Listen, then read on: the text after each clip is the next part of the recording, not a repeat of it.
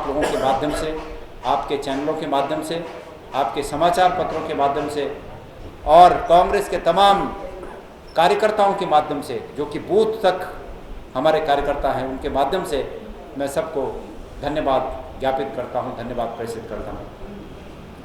अब मेरे प्यारे साथियों, बात यह है कि क्या खोया क्या पाया। मैं गढ़वाल लोकसभा क्षेत्र के इतर समस्त उत्तराखंड की 5 लोकसभा क्षेत्र की जनता को, वहाँ के मतदाताओं को धन्यवाद देना चाहूँगा कि उन्होंने हमें जो समर्थन दिया, हमें जो साथ दिया, उसके लिए हम सब कांग्रेसियों उन्हें धन्यवाद देते हैं। हमारी कुछ कमियां रह गई, जिन कमियों को हम भविष्य में पूरा करेंगे। बात यहाँ यह है कि इस लोकसभा क्षेत्र में, गढ़वाल लोकसभा क्षेत्र में क्या खोया क्या पाया। मैं समझता हूँ कि हमने बहुत कुछ पाया। अगर हम आंकड़ों की बात करें तो हम पिछले मार्जिन को करीब करीब आधा लाने में सफल रहे। जो पिछले बार 2019 में जो रिजल्ट आए थे, वो आधे तक हमने उसको रिकवर किया, और वो भी उस स्थिति में किया जब भारतीय जनता पार्टी ने डरा कर, यहाँ की सरकारों ने, यहाँ के मंत्रियों ने, केंद्र के मंत्रियों ने, केंद्र की सरकार ने कांग्रेस के नेताओं को डराकर, धमकाकर, लालच देकर, प्रधान से लेके, पंच से लेके और विधायकों तक, पूर्व मंत्रियों तक, सब पर कुठाराघात किया, अपने साथ मिलाने का अनैतिक कार्य किया। 14 के 13 विधानसभाएं तो उनके पास थी ही, 14वें विधायक जो कांग्रेस के थे, उनको भी अंतिम क्षण में अपने साथ शामिल करा लिया अपनी ताकत के बल पर। जो कांग्रेस में छूटे हुए नेता थे, उनको भी कुछ अंडर टेबल बातें हुई होंगी। जिस प्रकार से गढ़वाल लोकसभा क्षेत्र के मतदाताओं ने मुझे अपना आशीर्वाद दिया, अपना प्रेम दिया, अपनी भविष्य की आशाओं को मेरे साथ जोड़ा, मैं समझता हूँ कि ये पूंजी जो उन्होंने मुझे दी है, ये मेरी ज़िंदगी की सबसे बड़ी पूंजी है।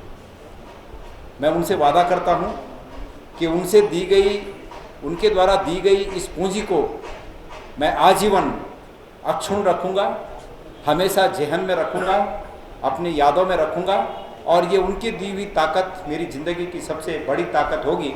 और इस ताकत को साबित करना आगे मेरी जवाबदारी है कि मैं उनकी दी हुई इस ताकत को संघर्ष के मैदान में उसका उपयोग करके उनके हित की लड़ाई को लड़ सकूं। भारतीय जनता पार्टी ने ये जीत बेईमानी से हासिल की है। ये फीडेड मीडिया का बनाया हुआ था, जो 5 सीटों में जीत उनके पक्ष में गई।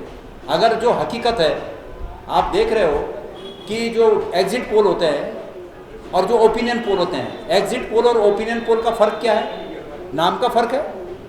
ओपिनियन पोल के रूप में पहले से ही चलाने लग गए थे, 400 पार 400 पार 400 पार चलाने लग गए थे, और वही बात फिर एग्जिट पोल में बताने लगे। उसके बावजूद 400 तो छोड़ो, मतलब 243-44 सीटें कुछ आए हैं ना, 240 सीटें आए हैं बीजेपी, तो कहाँ 400 पार की बात, फिर कहाँ 243 सीटें आए। तो बात ये थी कि वो एक झूठ था, जिस झूठ को मीडिया के माध्यम से, टेलीविज़न के माध्यम से, फीडेड मीडिया के माध्यम से फैलाया गया, और उसने असर किया। अब भाई, जहाँ दवा असर करती है वहाँ जहर भी तो असर करता है ना, तो जहर था, उस जहर ने असर किया।